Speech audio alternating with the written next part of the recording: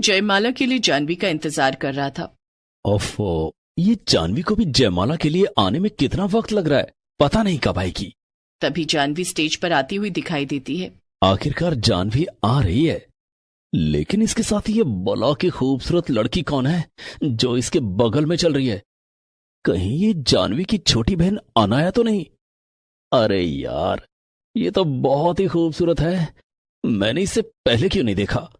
अगर इसे पहले देख लिया होता तो इसी से शादी करता, लेकिन अब तो कुछ नहीं हो सकता। चलो, ये मेरी साली तो है, बस इतने से ही संतोष कर लूंगा। वैसे भी साली आधी घर वाली होती है। आदित्य अपने मन में ये सब सोच ही रहा था और जानवी उसके पास आ जाती है।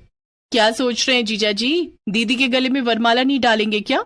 सोच रहा हूं कि ये वरमाला आपके गले में डाल दूं। ना ना जीजा जी, ऐसा सोचना भी मत।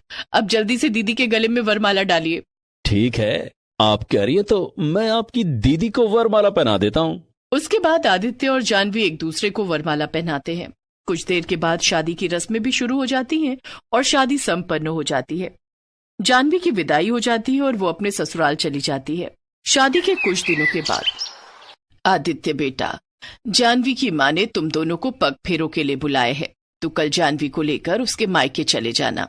ठीक है माँ, इसी बहाने मेरी खूबसूरत साली अनाया से भी मुलाकात हो जाएगी। क्या कहा तूने? कुछ नहीं माँ, मैं कल जानवी को लेकर उसके मायके चला जाऊंगा।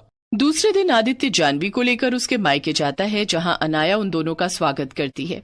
वेलकम जीजू, हमारे घर में आपका स्वागत है। क्या लाऊं आपके लिए, ठंडा या गरम? आप तो अगर ठंडा भी लाएंगी तो आपके हाथों में आकर वो गर्म हो जाएगा। क्या कहा आपने? कुछ नहीं, कुछ भी ले आइए। तुम कहना क्या चाहते हो? मैं शादी के दिन से देख रही हूँ तुम अनाया से उल्टी सीधी बातें कर रहे हो। अरे मेरी जान, एक ही तो साली है मेरी, क्या मैं उससे मजाक भी नहीं कर सकता? तभी जानवी की माँ शीतल वहां आती है।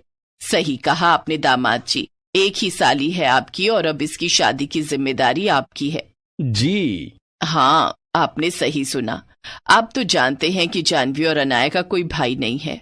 आपके ससुर जी से अब अकेले कुछ नहीं होता, इसलिए अनाया की शादी की जिम्मेदारी आपको ही उठानी पड़ेगी।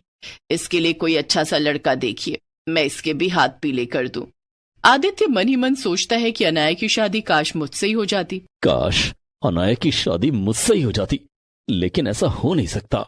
आप क्या सोचने लगे दामाद जी? कुछ नहीं, मैं अनाया के लिए कोई अच्छा सा लड़का देखकर आपको बताता हूँ। तभी अनाया शरबत लेकर आती है। लीजिए जीजू, शरबत पीजिए और अपने कमरे में जाकर आराम कीजिए। थोड़ी देर में आप दोनों को खाने के लिए बुलाती हूँ।